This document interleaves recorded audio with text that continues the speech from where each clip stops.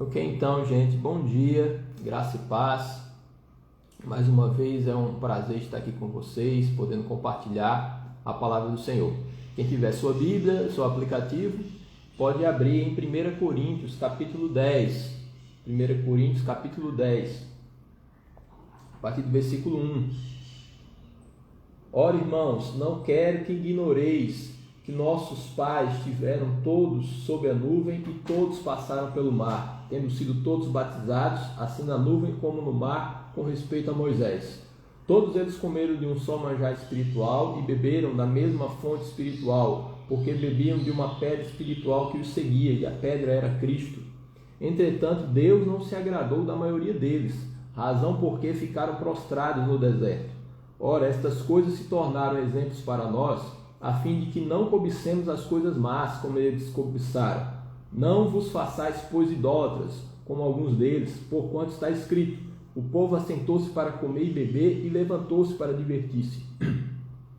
E não pratiquemos imoralidade, como alguns deles o fizeram, e caíram num só dia 23.000. Não ponhamos o Senhor à prova, como alguns deles já fizeram e pereceram pelas mordeduras das serpentes. Nem murmureis, como alguns deles murmuraram e foram destruídos pelo exterminador. Estas coisas lhes sobrevieram como exemplos e foram escritas para a advertência nossa, de nós outros, sobre quem os fins dos séculos têm chegado. Queria falar com você um pouco sobre graça e responsabilidade, partindo desse texto e também examinando outros. Graça e responsabilidade. Você já deve estar instruído se você acompanha tanto as lives como os cultos na comunidade. E mesmo que não nos acompanhe, mas se você é um leitor da Bíblia e já se inteirou, pelo menos razoavelmente, sobre as verdades do Evangelho, você deve saber que a graça é um favor imerecido, essa doação de Deus sem exame do nosso mérito, sem verificar se a partir do nosso prontuário seríamos ou não merecedores de alguma coisa. É simplesmente uma manifestação do caráter de Deus pelo fato de Ele ser bom e pelo fato de Ele ser fiel.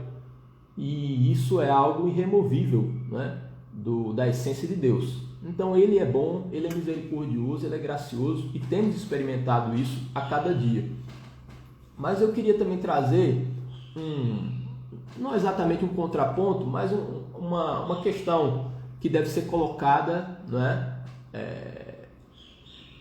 na balança, né, com a questão da graça, que é a responsabilidade humana diante da graça de Deus. Então, esse texto que nós examinamos e lemos aqui, Paulo ele traz o exemplo da história de Israel. E ele fala que uma multidão de pessoas, todo o povo, né, durante a sua travessia no deserto, desde a saída do Egito até a passagem pelo Mar Vermelho, não é, até a chegada na Terra Prometida, eles experimentaram vários sinais da parte de Deus, intervenções espantosas, né, segundo a provisão de Deus, né, de sustentar o povo até a chegada na Terra Prometida. E ele diz que o povo passou pelo Mar Vermelho, como você sabe, com os pés enxutos. Esse povo comeu da provisão do maná, né? O pão que desceu do céu. Quando eles enjoaram do cardápio, o Senhor enviou codornizes, quando eles começaram a reivindicar carne, porque cansaram, né, do menu oferecido por Moisés. Depois teve sede e bebeu água que brotou da rocha, né? Enfim, eles foram realmente protegidos e conservados pelo Senhor. Só que aí Paulo adverte: todos receberam desse favor imerecido de Deus. Todos presenciaram o poder de Deus e testemunharam o quanto ele foi bondoso, né, e providencial nessa travessia. Só que Deus não se agradou de todos eles. E muitos ficaram prostrados no deserto. E aí Paulo vai dizer: isso que foi escrito sobre a travessia, o êxodo do povo de Israel, foi escrito por nossa causa, para a advertência nossa. Então, tem uma especial relevância esse texto, porque não se trata de uma aplicação do Antigo Testamento, né, diretamente por mim, que sou seu interlocutor aqui, que estou falando. Não sou eu dizendo que a história de Israel é uma advertência para nós. Na verdade, é o próprio Paulo, e eu estou repetindo a interpretação de Paulo da história do Antigo Testamento. Ou seja, isso acaba ganhando um maior peso, né, na nossa vida, porque ele mesmo está dizendo que o que foi escrito no passado sobre essa travessia do povo de Israel, que simbolicamente é a minha travessia, a sua travessia, né, nesse planeta até a chegada de Cristo, ou até o fim, né, dos nossos dias. Então, ele está dizendo que houve realmente a graça de Deus, houve intervenção de Deus, mas Deus não se agradou de todos. Então, uma lição fácil, né, de concluir é que provisão e bênção de Deus não é um sinônimo de aprovação de Deus. É possível experimentar a graça de Deus, é possível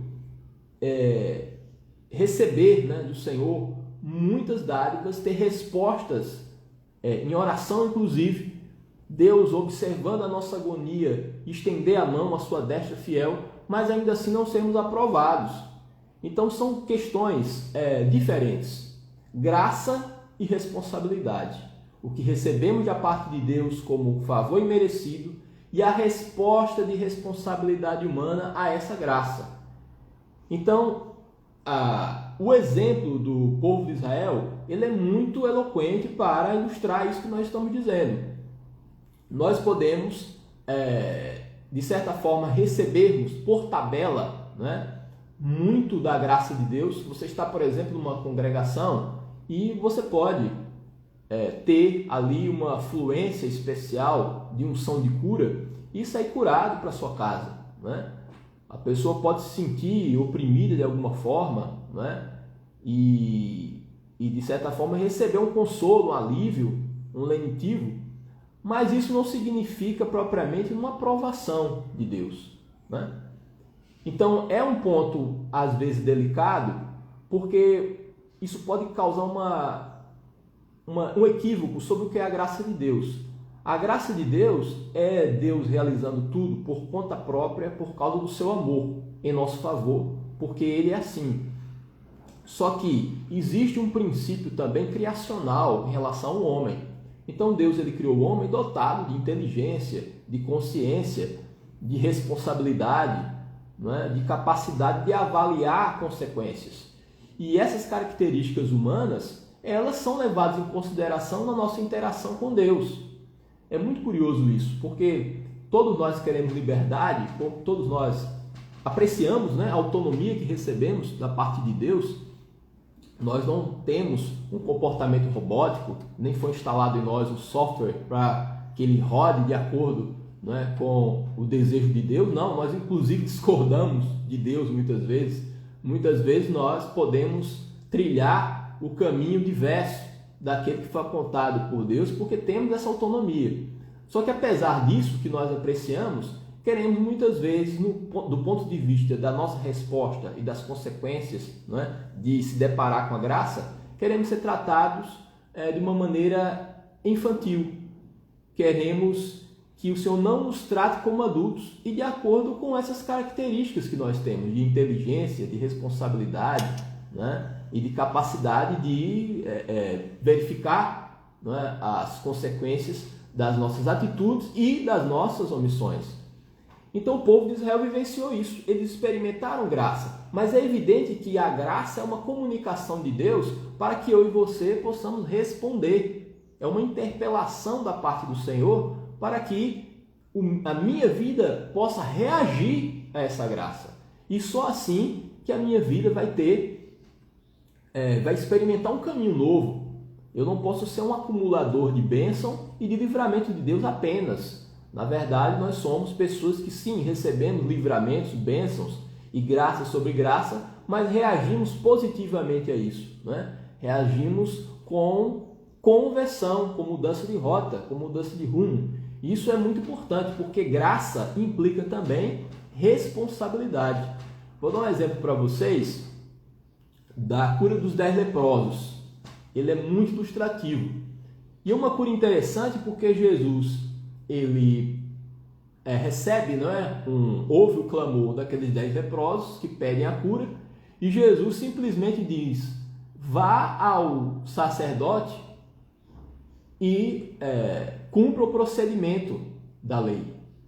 Segundo a lei de Moisés, você vai encontrar isso em Levítico capítulo 14, todo leproso curado, quando fosse curado, ele deveria se apresentar ao sacerdote para uma série de procedimentos e ritos, não é, da lei. Teria que tomar banho, tirar a sua roupa, depois de alguns dias teria que raspar a cabeça, a sobrancelha, os pelos do corpo, enfim. Então Jesus já os encaminha, né, como se eles já estivessem curados. Então não existe uma cura da lepra. Ele manda, né, envia os leprosos até o sacerdote.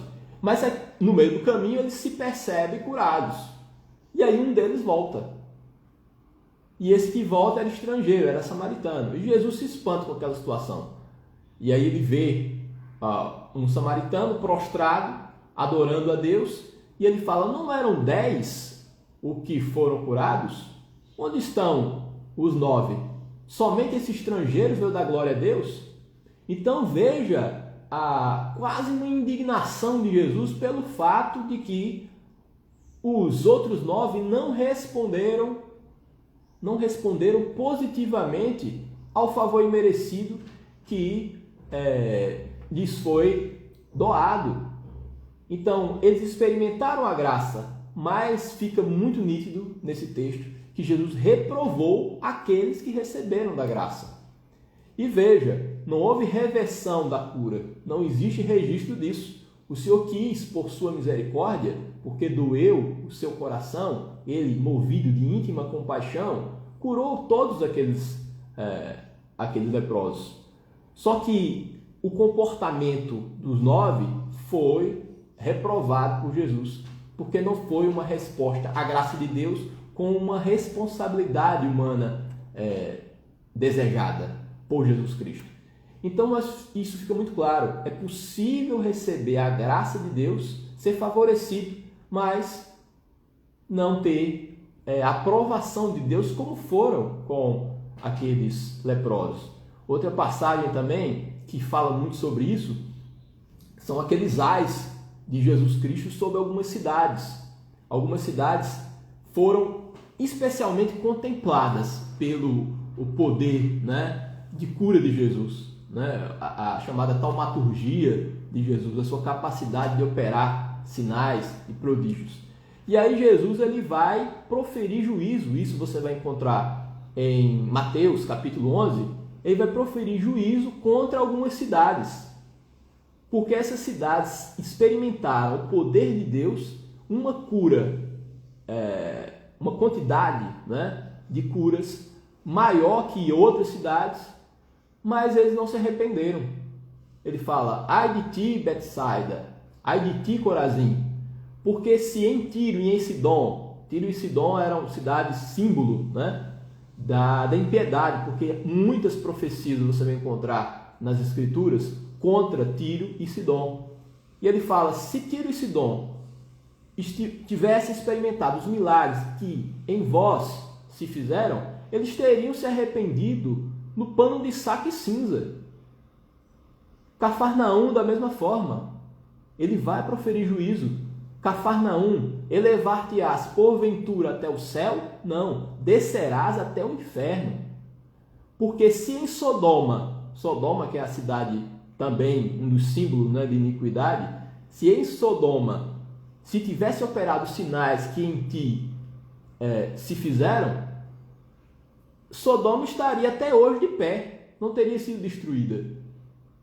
Então veja como ele compara, né, a quantidade, né, de favores em relação a essas cidades, né, a sua graça abundante, mas essa anomalia da falta de resposta compatível com essa graça e responsabilidade. Cafarnaum, em especial, é uma cidade que tinha não é, que foi prestigiada com o Messias que era residente nela. Então Jesus ele morou em Cafarnaum. Aquela passagem da cura do paralítico de Cafarnaum, né? Ele foi com os seus amigos, que o levou na maca, para a casa de Jesus. Foi uma cura na residência de Jesus. Não há muitos detalhes sobre isso, mas você encontra isso em Mateus 4 também, que ele saiu de Nazaré e foi morar em Cafarnaum. Então é um privilégio muito grande. Imagine, você mora na cidade, né, em que um dos cidadãos, o cidadão mais ilustre, é só o Filho de Deus, é o Messias que mora ali na cidade. Então eles tinham um Messias, né, próximo, ali na esquina, está ali o Filho de Deus, está ali o homem que opera sinais, prodígios, milagres, coisas portentosas que ninguém viu na história até agora. No entanto, essa cidade não se arrependeu, ela apenas usufruiu da bênção de Deus, ela apenas foi receptora do que Deus faz porque é bondoso mesmo, por causa da graça dele, só que sem nenhuma resposta de responsabilidade, já que não houve arrependimento. E isso é uma lição muito forte, né, para nós, porque fala que a graça, sem ela a gente não subsiste por um milésimo de segundo nesse planeta, né?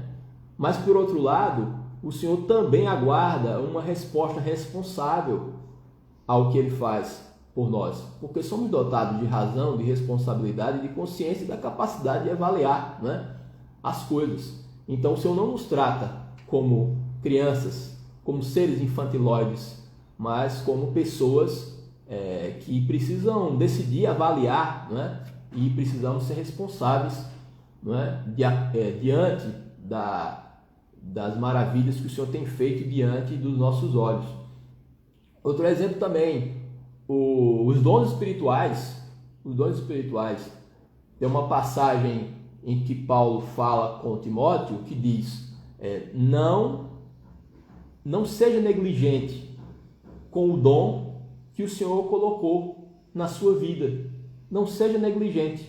Esse dom que foi confirmado, inclusive, pela imposição das minhas mãos. Isso está em 1 Timóteo. Então ele fala para Timóteo não ser negligente, porque dom, e a palavra já diz tudo, né? É uma dádiva, apesar de ser graça de Deus, existe da nossa parte uma responsabilidade de um uso, né? De um uso aplicado, de um uso com excelência do que o Senhor nos deu. Isso é muito importante. Por isso que nós vemos às vezes as pessoas pedirem dons espirituais, né? Mas às vezes é muito mais para o uso recreativo. É mais para que o culto fique mais animado, para que a gente use isso todo domingo para a igreja ficar legal, né? E não é isso, porque se é um dom espiritual, exige de nós uma responsabilidade, né? O dom não é apenas um adorno ou algo para trazer mais empolgação ao culto público, para dizer que as coisas estão acontecendo. Não, com o poder, com o dom, também vem a responsabilidade, né? Vem a necessidade de não ser negligente com o dom espiritual. Então, de novo, nós vemos graça de Deus gerando responsabilidade. Não seja negligente com o dom que há em você. Você vai usar seu próprio talento de acordo com os seus próprios critérios, né? Eu vou fixar qual é a periodicidade do uso do dom. Se o dom está a serviço da missão, nós devemos lembrar que não é que nós temos a missão. O melhor é dizer que a missão nos tem. Nós é que fomos absorvidos pelo reino de Deus. Então a graça de Deus, ela também implica em responsabilidade. Esse outro lado da moeda não pode ser esquecido. Do contrário, nós vamos baratear essa palavra tão linda, né, e tão cheia de significado, mas que para mim e para você não vai ser muita coisa, né? Então Deus vai ser só um quebrador de galhos. Isso é muito ruim. Deus vai ser apenas esse apagador de incêndios que a gente busca. Ele vai responder, mas não existe uma resposta compatível, né, e de comprometimento com tudo isso. Então, se você procurar em 1 Coríntios, capítulo 6, versículo 1, se não me engano, Paulo fala, né, não recebais em vão a graça de Deus. Não recebais em vão a graça de Deus. nós podemos receber o favor imerecido de Deus, e é o que Paulo fala, de uma maneira infrutífera, termos uma vida estéril, apesar de uma resposta positiva de Deus e contínua e insistente. E isso não pode acontecer. Isso não pode acontecer porque é algo precioso demais para que você e eu sejamos as mesmas pessoas para sempre. Muito pelo contrário. O Senhor quer que essa graça também tenha um poder transformador, revolucionário. Ele transforma água em vinho, ele muda a natureza das coisas, ele faz novas todas as coisas, não é? E mais do que sermos portadores de bênçãos, né? Termos bênçãos, como você sabe muito bem, o Senhor quer que sejamos a bênção. Sejamos a bênção, em nome de Jesus. Que o Senhor nos abençoe e nos abra os olhos para compreender que a graça de Deus também exige de nós uma resposta positiva e também não exclui a nossa responsabilidade humana. Tomemos as decisões corretas, sejamos alinhados ao reino de Deus de todo o coração, porque o Senhor nos observa e Ele nos trata como adultos e não como crianças. Em nome de Jesus.